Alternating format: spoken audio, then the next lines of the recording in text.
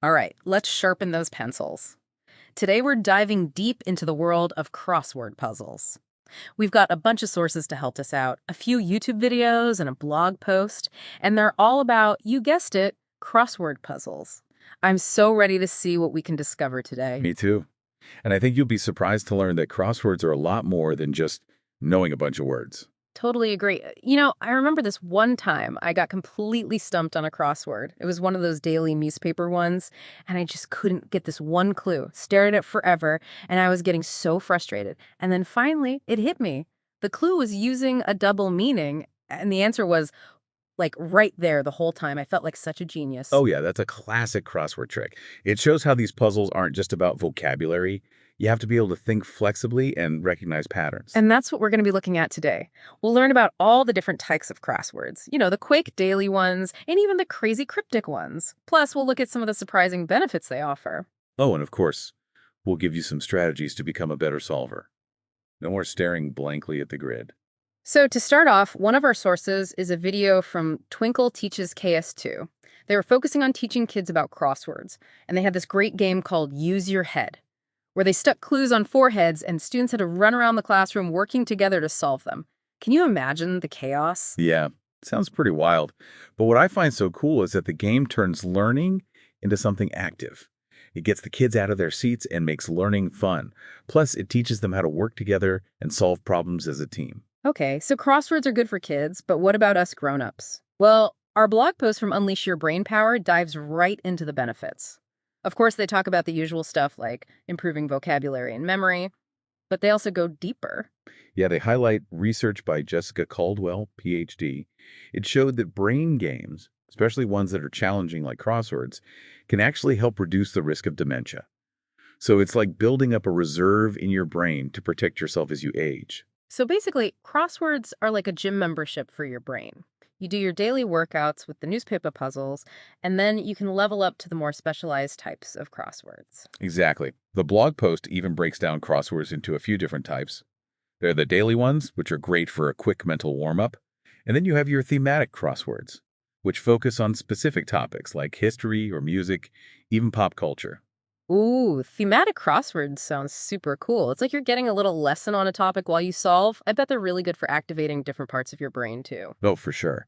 And then there are the cryptic crosswords, which can be really tricky. They use puns and anagrams, all kinds of wordplay, to make the clues like riddles. Yeah, I've tried a few cryptic crosswords. And honestly, I had no idea what was going on. It felt like they were written in some secret language. Oh yeah, they definitely can seem that way at first. What's interesting about them, though, is that they make your brain work in a different way than standard crosswords. It's not just about knowing the definition of a word. You have to really break down the clue and look for hidden meanings and all the wordplay. So it's like a puzzle within a puzzle. No wonder they're considered the ultimate brain workout. That's exactly right. And the blog post actually offers a few tips for tackling them. For example, they recommend breaking the clue into separate parts. Often one part is a straightforward definition and the other part has the wordplay. That's a really good tip. I'll have to keep that in mind next time I'm brave enough to try a cryptic crossword. Now, before we get too deep into advanced strategies, let's back up and talk about some basic tips for any type of crossword. What does Unleash Your Brain Power suggest for beginners? Well, they say it's all about building confidence and momentum. So start with the easy clues first. Scan the grid and look for clues that just jump out at you.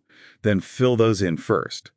That gives you a good foundation to work from, and it might even spark some ideas for the tougher clues. It's like those word searches, where you find the easy words first and then suddenly the rest start popping out at you. Exactly. Another good strategy is to learn the common crossword patterns and tricks. Crossword creators often use similar clue structures and wordplay. So once you start recognizing them, it's way easier to figure out the clues. It's kind of like learning a new language. The more you practice and immerse yourself in it, the more fluent you become. That's a great way to put it. And like with any language, there are tools to help you. Unleash your fan. Your brain power suggests using technology, like crossword apps. That's a great point. There are so many cool apps out there. They can offer hints, they can track your progress, and they give you access to tons of puzzles. It's like having a personal crossword coach right in your pocket. Speaking of personal coaches, we actually have a YouTube video in our stack of sources from Keith Wheeler books. And it shows off this software called Crossword Puzzle Mastery. This software actually lets you create your own WN crosswords. You can choose your grid size, themes, and it even helps you generate clues. Wow, that's taking things to a whole new level. It's like having your own personal crossword publishing company. You got it. It's perfect for teachers or anyone who wants to try making their own crosswords. What's really cool is that you can download the puzzles in a bunch of different formats. So we've talked about how crosswords can be fun and educational, even competitive. But Unleash Your Brain Power goes even further and points out some other really neat benefits. Yeah, like stress relief. Focusing on a crossword puzzle can be a great way to take your mind off of your worries. It's like a little mental vacation where you can just get lost in the words and logic. I totally get that. When I'm really focused on a puzzle, I totally forget about everything else that's going on. It's like a form of meditation. Exactly. The blog post also talks about how crosswords can be social.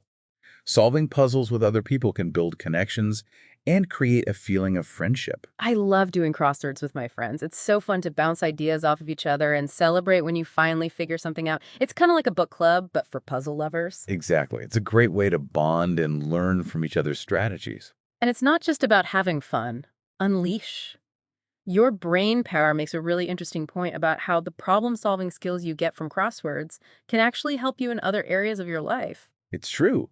The blog post mentions a study where people who regularly did crosswords were better at solving problems in their everyday lives, like planning a trip or figuring out a complicated recipe. It's like cross-training for your brain. So we've covered a lot of ground here, from the different types of crosswords to the benefits and some strategies for getting better. I don't know about you, but I'm ready to grab a puzzle and get my brain working. Me too. But before we go, there's one more interesting thing from our sources that I think is worth talking about. Well, both the Unleash Your Brainpower blog post and the Twinkle Teaches KS2 video mention the idea of creating your own crosswords. And it's amazing how creating puzzles can really get those creative juices flowing. Plus, it helps you understand language on a deeper level. Yeah, for sure. I love how the Twinkle Teaches video showed even young kids making their own crosswords. They would come up with clues for their classmates to solve. It's a fun way to learn new words. Absolutely. And Unleash Your Brainpower suggests using this as a learning tool for all ages.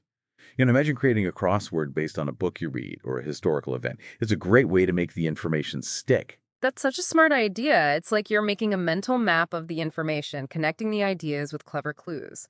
I am definitely going to try that. I think you'll be surprised how much you learn by doing it. It forces you to really think about the material and then find creative ways to express it through those clues. It's like you're a teacher and a puzzle maker at the same time. Now, speaking of challenges, I gotta admit, cryptic crosswords still kind of scare me.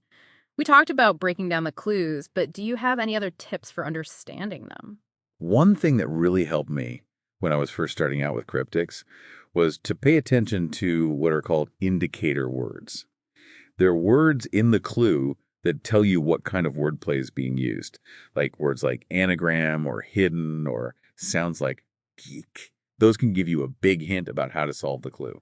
Oh, so it's like there's a little cheat sheet built right into the clue. That's super useful. It is. And once you learn to spot those indicator words, it's way easier to unravel the cryptic clues. It's like you've learned the secret handshake to a special club. And I bet it feels so good when you finally crack a cryptic crossword. It's like you've climbed a mental mountain. For sure, it's definitely not easy.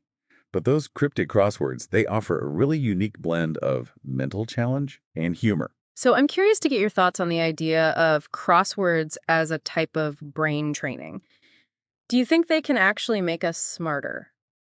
Well, I wouldn't necessarily say that crosswords make you smarter, Hmm. but I do think they can improve a lot of the skills that you need for learning and problem solving, like vocabulary, memory, logic, and mental flexibility. So it's kind of like a mental boot camp, working out all the different parts of your brain.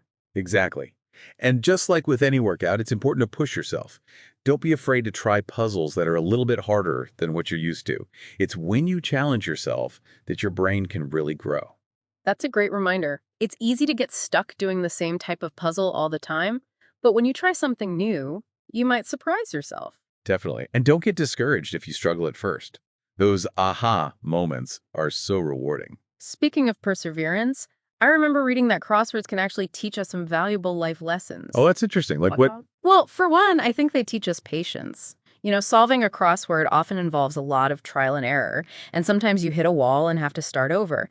But if you stick with it and keep trying different approaches, you eventually find the answer. And that kind of persistence can really help you in other areas of life. That's a really good point.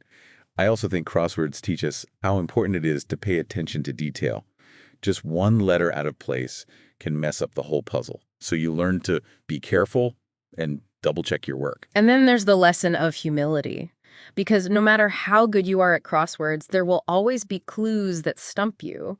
But that's okay. It reminds us that there's always more to learn. I love that. It's so easy to get discouraged when we can't figure something out. But crosswords show us that it's okay to struggle sometimes. It's like a reminder that it's okay to make mistakes.